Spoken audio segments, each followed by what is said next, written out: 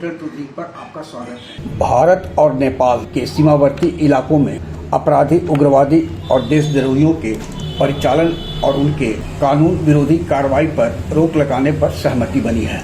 साथ ही भारत और नेपाल सीमा पर ड्रग्स, ह्यूमन ट्रैफिक आदि को लेकर रणनीति बनाई गई है। इस संबंध में यह भी तय हुआ है कि यदि नेपाल का आर्म्ड पुलिस फोर्स को यदि आवश्यकता हुई तो उन्हें ट्रेनिंग के लिए राजस्थान में भी सुविधा उपलब्ध कराई जाएगी।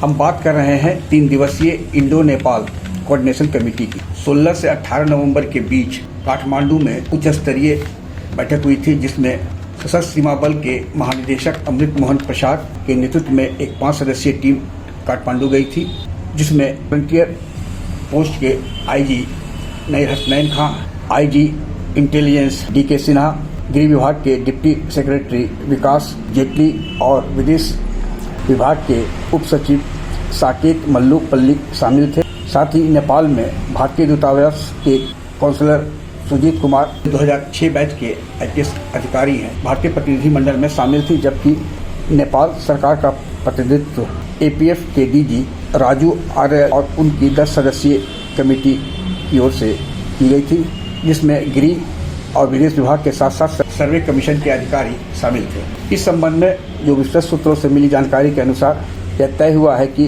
घुसपैठ पर रोक के लिए रणनीति बनाई गई है, जिसका सख्त अनुपालन सुनिश्चित कराने पर सहमति बनी है। दोनों देशों के जो निर्धारित नियम हैं उस पर सख्ती से अनुपालन करने का भी बैठक में निर्णय लिया गया है। दोनों देश सीमा पर एक दूसरे के नागरिकों को आने जाने में सहयोग प्रदान करेंगे। दोनों देश मित्र देश की सूची में हैं, ऐसे में उन्हें असुविधा न हो नागरिकों को, इसका पूरा ध्यान रखने की बात बैठक में तय हुई है। वहीं यह भी तय हुआ कि आवश्यकता पड़ने पर आसन सूचना से एक दूसरे को यानी भारत नेपाल यानी SSB और APF एक दूसरे को अवगत कराएगी और आवश्यकता पड़ने पर कार्रवाई भी होगी।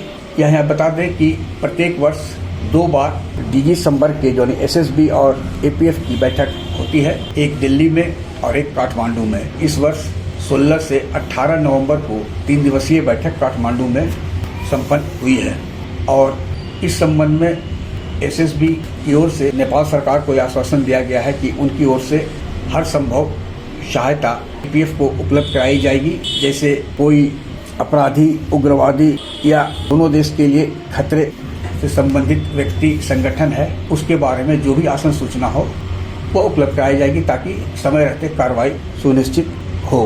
भारतीय टीम को नेपाल में गृह मंत्री की ओर से आमंत्रित किया गया था, जहां भारतीय दल का नेतृत्व अमृत मोहन प्रसाद कर रहे थे और अच्छी वार्ता हुई दोनों देशों के बीच वहां के गृह मंत्री से।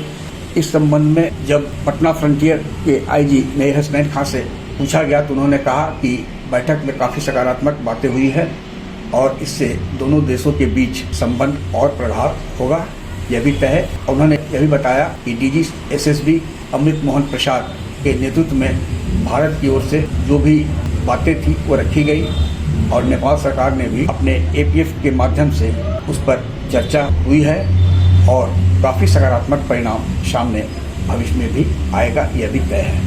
आग्रह है कि इस वीडियो के लिंक को लाइक, शेयर, सब्सक्राइब अवश्य करें। धन्यवाद, नमस्कार।